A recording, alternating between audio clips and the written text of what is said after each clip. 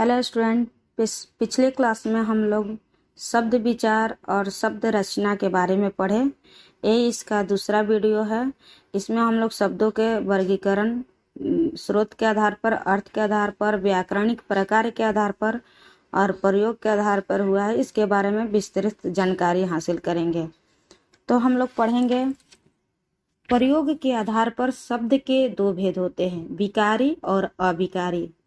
विकारी शब्द किसे कहते हैं? जिन शब्दों में लिंग, वचन, कारक आदि के कारण विकार उत्पन्न होता है, यानी जिन शब्दों में लिंग, वचन, कारक आदि के कारण उसमें परिवर्तन होता है, उसे हम विकारी शब्द कहते हैं। विकारी शब्द के 4 प्रकार होते हैं: संज्ञा, सर्वनाम, विशेषण, क्रिया विशेषण। जैसे किताब है तो किताबें हो जाएगा, चिड़िया है तो चिड़िया हो जाएगा, लड़की है लड़कियां हो जाएगा। इस तरह से इसमें परिवर्तन हो जाएगा। अगर लिंग लगेगा तो पुल्लिंग से स्त्रीलिंग हो जाएगा, वचन लगेगा तो एक वचन से बहुवचन में हो जाएगा। अविकारी शब्द वे शब्द जिनके रूप में कभी कोई परिवर्तन नहीं होता है, चाहे उस पे हम लोग लिंग का प्रयोग करें, वचन का प्रयोग करें, कारक का प्रयोग करें या काल का प्रयोग करें, किसी भी स्थिति में वो अपने आप को परिवर्तन नहीं होने देता है, उसे हम अव्यय या अविकारी शब्द कहते हैं। इसमें क्रिया विशेषण, समुच्चय बोधक, संबंध बोधक और विषयामादि बोधक होता है। फिर है उत्पत्ति या स्रोत के आधार पर शब्द के 5 भेद होते हैं: तत्सम, तद्भव, देशज, विदेशज और संकर। तत्सम शब्द किसे कहते हैं? ऐसे शब्द जो संस्कृत के समान हो, यानी संस्कृत से जस का तस उसका प्रयोग हम लोग हिंदी में करते हैं, जीव कहते हो संस्कृत का प्रयोग हम लोग हिंदी में करते हैं, जैसे पुस्तक, अग्नि। तद्भव शब्द किसे कहते हैं?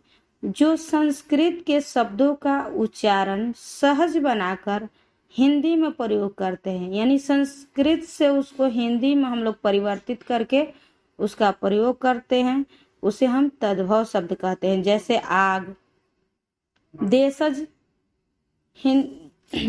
जो शब्द सीमित क्षेत्र तक प्रयोग किए जाते हैं, यानी अपने देश की बोलचाल की भाषा को हम लोग देशज शब्द कहते हैं, जैसे लोटा, खटिया, डोरी। विदेशी शब्द जो शब्द विदेशों से आकर हमारी भाषा में शामिल हो गए हैं, यानी विदेश से आए हैं और हम लोग उसको अपने भाषा में शामिल कर लिए हैं, उसे हम विदेशी शब्द कहते हैं। जैसे है कुर्ता, स्कूल, कॉलेज, फौज, खबर। विदेशी शब्द को भी 6 प्रकार में बांटा गया: अंग्रेजी, अरबी, फारसी, पुर्तगाली, तुर्की और चीनी। अगला है संकर शब्द।